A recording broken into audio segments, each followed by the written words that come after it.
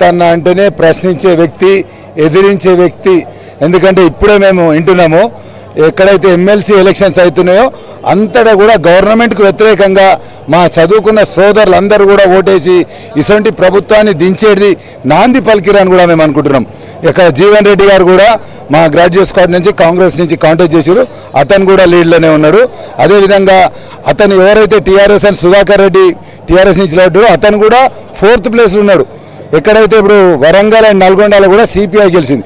అంటే చదువుకున్న వాళ్ళందరూ కూడా ఈ కాంగ్రెస్ పార్టీ టీఆర్ఎస్ ప్రభుత్వము పని చేసలేదు, వాళ్ళకు బుద్ధి చెప్పాలి అని తొందరలోనే 3 నెలల కిందనేమో వాళ్ళకి మ్యాండేట్ ఇచ్చారు. కానీ ఆ ప్రభుత్వం పనిచేస్తలేదనే విధంగా ఇప్పుడు చెప్తారు. కాబట్టి మీరు చూడాలి, ఎందుకంటే ఇప్పుడు అక్కడున్న మోడీ ప్రభుత్వము మన తెలంగాణకు మా గజ్వేల్కు మోడీ వచ్చిండు ఒకరారు.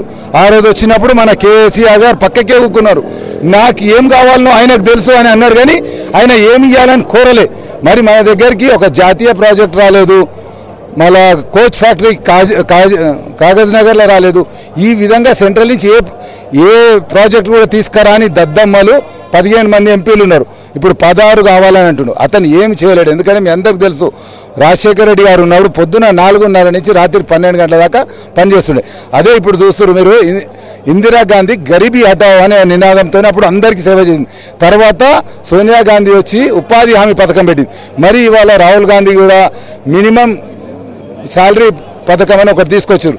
7,200 ఎవరికైతే 6,000 ఇన్కమ్ తక్కువ ఉంటుందో వాళ్ళందరికీ కూడా నెలకు 6,000 ఇచ్చే పథకం తీసుకొస్తారు. కాబట్టి మీరందరూ ఇక్కడ టీవీ చూసే మా ప్రేక్షకులు అందరూ మా రేవంత్ రెడ్డిని అన్నని గెలిపిస్తే రేపు సెంట్రల్ గవర్నమెంట్ నుంచి రావాల్సిన పథకాలతో పాటు ఇక్కడున్న యువకులందరికీ కూడా ఉపాధి కల్పించే విధంగా రేవంత్ రెడ్డి గారు పనిచేస్తారు. కాబట్టి మీ ద్వారా ఇక్కడ ఉన్న యువకులందరినీ కోరేది ఏంటంటే, ఇటువంటి కేసీఆర్ పనిచేయని కేసీఆర్ మనకొద్దు, పనిచేసే ప్రభుత్వము అది కూడా రేవంత్ అన్న ఆధ్వర్యంలోనే రేపు రాబోయే కాలానికి రేవంత్ అనే తెలంగాణ కాంగ్రెస్ నాయకుడు రేపు రాబోయే కాలంలో వచ్చే కాలంలో మన రేవంత్ రెడ్డి గారు తెలంగాణను రూల్ చేసే విధంగా ప్రశ్నిస్తాడు, పాలిస్తాడు, అందరికీ అందుబాటులో ఉండి ఇంకా ఎక్కువ సేవ చేస్తాడు. కాబట్టి మీ ద్వారా రేవంత్ రెడ్డి గారిని చేతి గుర్తుపై ఓటేసి గెలిపించవలసిందిగా కోరుతున్నాం.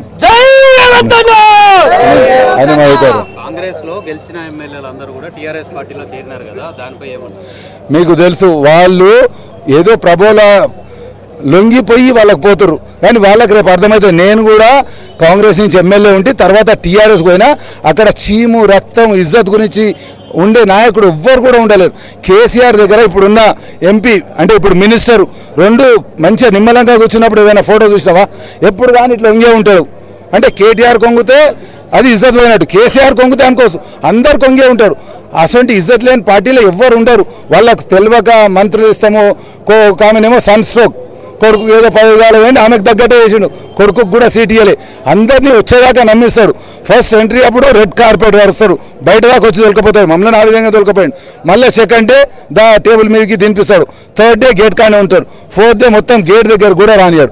ఎందుకంటే ఆయన మా ఎమ్మెల్యే అనుకొని మేము పోయినాం. మీ అందరికీ ముఖ్యమంత్రి అయితే నాకైతే ఎమ్మెల్యే, నన్ను కూడా మొదటిసారి అట్నే పిలిచిండు. తర్వాత గేట్ కాడికి కూడా రానియలే.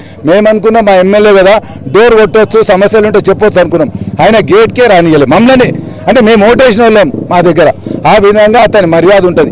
మీరు చూడండి, ఎప్పుడన్నా ఎవరన్నా స్వేచ్ఛ ఇచ్చి మాట్లాడిరా? ఆడ ఎవరన్నా వాళ్ళు కాలు మీద కాలు వేసుకొని గుర్తుసట. మా రాజశేఖర రెడ్డి ముఖ్యమంత్రి ఉన్నప్పుడు, కిరణ్ ఉన్నప్పుడు మేము ఎమ్మెల్యేలం టేబుల్ గుద్ది అడుగుతుంటే మాకు ఇది కావాలి ఇది చేయండి. వాళ్ళ దాంట్లో అడిగేటోళ్ళు ఎవ్వరు లేరు. మినిస్టర్లకు కూడా ఎంట్రీ లేకుండే. హోమ్ మినిస్టర్ నాయన్ నరసింహారెడ్డి పోయినా, రెవెన్యూ మినిస్టర్ ముస్లిం అతను పోయినా గేట్లకు రానియని సందర్భాలు ఉన్నాయి. అసంటి దగ్గర ఇజ్జత్ గురించి ఆలోచించిన వాళ్ళు ఏదో ఈ 4 ఏళ్ళు బతుకుదామని మా ఎమ్మెల్యేలు పోయిన వాళ్ళు కూడా ఒక 6 నెలల్లో ఏడాదో ఉండి బాధపడి మళ్ళీ మా పార్టీకి వస్తారని కూడా మేము భావిస్తున్నాం. గజ్వేల్లో భారీ మెజార్టీతో గెలిపించినారు, అట్లనే మేము అభివృద్ధి మేము చేసినట్టుగా గతంలో ఎప్పుడూ చేయలేదు, ఇప్పుడు మమ్మల్ని గెలిపిస్తే 16 ఎంపీలు ఇంకా నిధులు ఎక్కువ తీసుకొస్తామని చెప్తున్నారు. అంటే మీకు గజ్వేలు 67,000 కాంగ్రెస్ పార్టీకి పడ్డాయి, ఆయనకు భారీ మెజార్టీ అనుకుంటారు. ఆయన చేసిన దానికి మేము ఎవ్వరం కూడా లేవడదు, ఎదిరించొద్దు. అయినా అంత మెజార్టీ వచ్చింది. కాంగ్రెస్ పార్టీకి 67,000 వచ్చినాయి. అభివృద్ధి అవసరం లేని అభివృద్ధి. ఇప్పుడు మా దగ్గర గజ్వేల 3 ఆడిటోరియంలు కట్టారు. ఇప్పటికి ఒక్క మీటింగ్ కాదు. ఒక్క ఆడిటోరియం అవసరం, 3 అవసరమా? అవసరం లేని ఇప్పుడు మీరు కాళేశ్వరం ప్రాజెక్ట్ అంటారు, ఎవరైనా చదువుకున్న వాళ్ళు వయబుల్ అది 52,000 ఎకరానికి ఖర్చు అవుతాయి నీళ్ళు వచ్చేదానికి. మరి 52,000 మనం మొత్తం సంవత్సరం అంతా కూడా పంట పండియలేం. అది ఏమున్నా కమిషన్ల గురించి ఆ ప్రాజెక్ట్ అది చేసేడుతుండే, ఏ విధంగా గ్రావిటీ మీద వచ్చేది చేసేడుతుండే, గ్రావిటీ మీద ఇన్ని కాకుండా ఎంత తక్కువైతే అంత చేసేడుతుండే. అభివృద్ధి అతనికి కనిపిస్తలేదు. అతనికి ఏమున్నా ఎక్కడ బిల్డింగ్ కడితే ఎంత పర్సెంటేజ్ వస్తుంది, ప్రాజెక్ట్ అంతా ఎంత పర్సెంటేజ్ వస్తుంది, అవి మీదనే చూస్తుంది. కానీ మా ప్రాంతానికి ఒక్క ఫ్యాక్టరీ రావాలి. సీఎం వచ్చినాక ఎన్ని ఫ్యాక్టరీస్ రావాలి? నేను చెప్పినా కూడా మంచి ఎడ్యుకేషన్ అప్ చేసినావు, మరి వాళ్ళకు చదువుకున్నాక పని చూపెట్టాలి కదా. ఎక్కడ కూడా ఒక కొత్త ఇండస్ట్రీ రాలే. మేము చెప్పినాం ఈ షామీర్పేట ఈ మేడ్చల్ ఏరియాలో ఒక ఐటీ హబ్ ఐటీ ఫ్యాక్టరీ తీసుకొని వస్తే ఇక్కడ ఉన్న వాళ్ళు అందరు బాగుపడతారు. మేము చదువుకోకుండా అలా ఊడ్చి తూడ్చైనా మా ప్రజలు బాగుపడతారంటే అసలు కూడా తీసుకురావాలండి. రేవంత్ రెడ్డి గెలుపు కోసం ఏ విధంగా మీరు వ్యూహం ఉంటుంది, ఎలా గెలవబోతుంది? ముఖ్యంగా రేవంత్ రెడ్డి గారికి పేరు ఉందండి. ప్రశ్నిస్తాడు, పోరాడతాడు, కొట్లాడతాడు, మళ్ళీ అతను అందరికీ అందుబాటులో ఉంటాడు. ఇప్పుడు మీరు చూస్తుంటే రాజశేఖర రెడ్డి గారు ఎప్పుడైనా సేవ చేసిండా? ఇప్పుడు ఇతనికి అపోజిట్లో ఎప్పుడు చేయలేనికి, ఎప్పుడు ప్రజలు రాలే, ఎప్పుడు పిల్లల మీద ఎక్కువ ఫీజు దొబ్బి ఏ విధంగా సంపాదించాలి, ఇంకో కాలేజ్ తర్వాత ఇంకో కాలేజ్ ఇట్లా. అండ్ రేవంత్ రెడ్డి ప్రజల గురించి, మీరు రేవంత్ రెడ్డి గారు ఖమ్మం ఇస్తాన ఖమ్మం పోలే, మహబూబ్ నగర్ ఇస్తానా పోలే. ఎందుకంటే ఇది పెద్ద కాన్స్టిట్యున్సీ, నేను అందరు ప్రజల దగ్గరికి పోవాలి. 32 లక్షలు అంటే ఒక 2 ఎంపీ కాన్స్టిట్యున్సీ అంటే ఆల్మోస్ట్ తెలంగాణ 10%.